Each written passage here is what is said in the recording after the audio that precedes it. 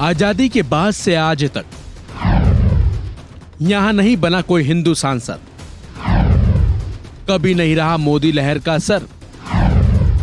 जाने क्या है इसकी वजह।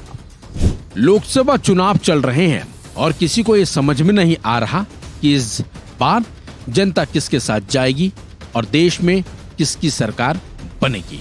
हालांकि कहीं बीजेपी की लहर दिखती है तो कहीं कांग्रेस की, लेकिन एक सीट ऐसी भी है जहां मोदी लहर का ना तो कोई असर दिखता है और ना ही मोदी लहर का असर होता है। और तो और इस सीट पर कभी कोई हिंदू सांसद तक नहीं बना है। अब आप सोच रहे होंगे कि आखिर वो कौन सी सीट है और कौन से राज्य में है। तो चलिए हम आपको बताते हैं कि आजादी के बाद से अब तक एक भी हिंदू लोकसभा का चुनाव यहां से नहीं जीत पाया है।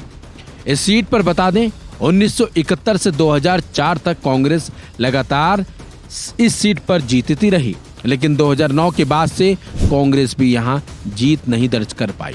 इस सीट का नाम है धुबरी। धुबरी सीट पर all India United democratic front यानी AIUDF के प्रमुख बदरुद्दीन अजमल का मुकाबला कांग्रेस के रकीबुल हुसैन और AGP के जावेद इस्लाम से है। बताया जाता है 2014 के लोकसभा चुनाव में असम की 14 में से 7 सीटों पर बीजेपी ने जीत दर्ज की थी, जबकि 2019 में बीजेपी 9 सीटें जीतने में कामयाब रही थी। लेकिन मोदी लहर के बाद भी बीजेपी धुबरी लोकसभा सीट पर बदरुद्दीन अजमल के सियासी तिलिस्म को नहीं तोड़ सकी, जबकि कांग्रेस के उम्मीदवार रकीबुल हुसैन भी बड़े कद के नेता हैं और साल 2001 से समागोड़ी विधानसभा चुनाव से जीत दर्ज करते आ रहे हैं। रकीबुल हुसैन को चुनाव मैदान में उतारकर कांग्रेस ने ये जाहिर किया है कि बदरुद्दीन अजमल के खिलाफ उसके तेवर सख्त हैं और वे धुबरी सीट को किसी भी कीमत पर वापस अपने पाले में लाना चाहती है। रकीबुल असम विधानसभा में विपक्ष के उपनेता भी हैं। राजनीतिक आंकड़े इकट्ठा करने वाली वेबसाइट चाणक्य के मुताबिक धुबरी लोकसभा सीट पर 72.3% मुस्लिम आबादी है। आपको बता दें बदरुद्दीन अजमल इत्र के बड़े कारोबारी हैं। उनका भारत के अलावा खाड़ी के देशों में भी व्यापार है। अजमल के व्यवसाय की प्रमुख कंपनी अजमल परफ्यूम का हेडक्वार्टर दुबई में है। मिडिल ईस्ट में उनके 270 रिटेल शोरूम हैं।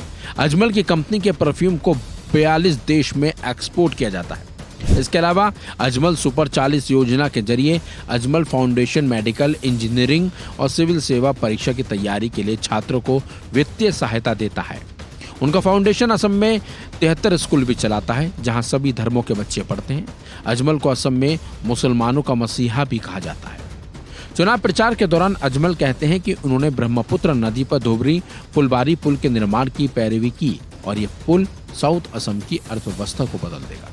बीजेपी और कांग्रेस दोनों की कोशिश बदरुद्दीन अजमल को यहां से चुनाव हराने की है। कांग्रेस की राष्ट्रीय महासचिव प्रियंका गांधी वाड्रा यहां चुनावी जनसभाएं कर चुके हैं, जबकि एनडीए के उम्मीदवार जावेद इस्लाम के लिए असम के मुख्यमंत्री हिमंता बिस्वा शर्मा खुलकर चुनाव प्रचार कर रहे हैं। ऐसे में देखना होगा अजमल का किला ये लोग यहाँ से ढहा पाएंगे या फिर नहीं।